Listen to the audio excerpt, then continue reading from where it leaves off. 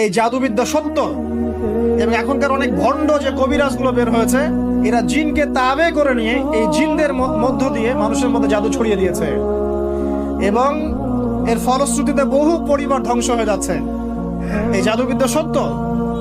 আরো একটা জিনিস সত্য, নবী সাল্লাল্লাহু আলাইহি ওয়াসাল্লাম বলেছেন ইন্না আইনাল হক, চোখের নজর সত্য। নবী করিম সাল্লাল্লাহু আলাইহি ওয়াসাল্লাম বলেছেন চোখের বদনজর সত্য। এই যে আমরা বলি ফেসবুকে এত বেশি ছবি দিয়েন না ভাই, ছবি তুলেন না, ছবি তুলেন না, বারবার যে বলে নিষেধ করি, কারণ কি জানেন? একটাই কারণ, বিকজ চোখ লাগাটা সত্য।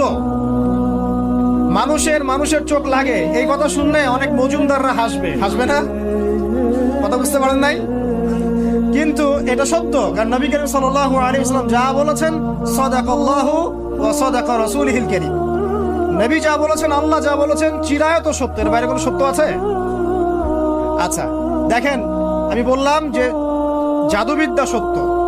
এই জাদুবিদ্যার চর্চা মানুষ করে, এখনো করে, এবং এই জাদু দিয়ে মানুষের ক্ষতি করার জন্য জিনের প্রয়োজন হয়, দুষ্ট জিন। এই জিনগুলোকে মানুষ তাবে করে মানুষের ক্ষতি করার চেষ্টা করে। দেখবেন এখন গ্রামে গঞ্জে শহরে সব জায়গায় ছড়িয়ে পড়েছে না? দেখবেন, খুব সতর্ক থাকবেন। আমি পরে সলিউশন বলছি আপনাদেরকে। আরেকটা বলছি, নবী সাল্লাল্লাহু আলাইহি ওয়াসাল্লাম বলেছেন চোখের বদনজর এমন সত্য যে একটা উটকে এই রান্নার ডেকচির মধ্যে ঢুকাই ফেলতে পারে।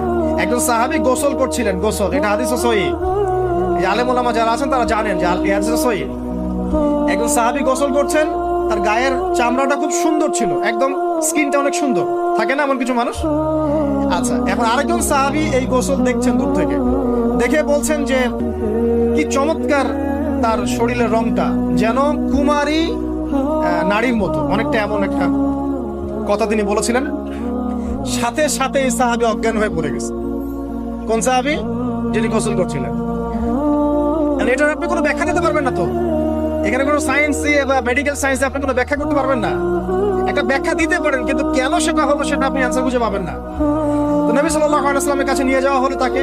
তিনি বললেন যে এই ব্যক্তির ব্যাপারে কি কেউ ভালো মন্দ কিছু বলেছিল? তখন একজন সাহাবী বলেন হ্যাঁ, অমুকে বলেছে এর স্কিনটা অনেক সুন্দর, ওকে ডেকে নিয়ে আসো। ওকে ডেকে আনা হলো।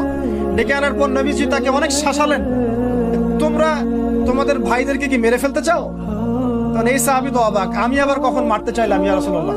আমি তো মারতে চাই নাই, আমি তো খালি বলেছি যে তার গায়ের রংটা অনেক সুন্দর। তখন তিনি বললেন কেন তুমি সুবহানাল্লাহ বললে না, কেন তুমি মাশাআল্লাহ বললে না?